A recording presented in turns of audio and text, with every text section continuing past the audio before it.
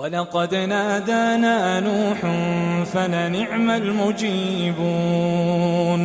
ونجيناه وأهله من الكرب العظيم وجعلنا ذريته هم الباقين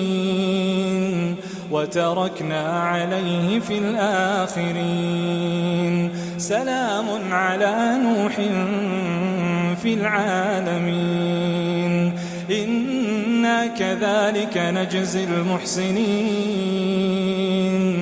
إنه من عبادنا المؤمنين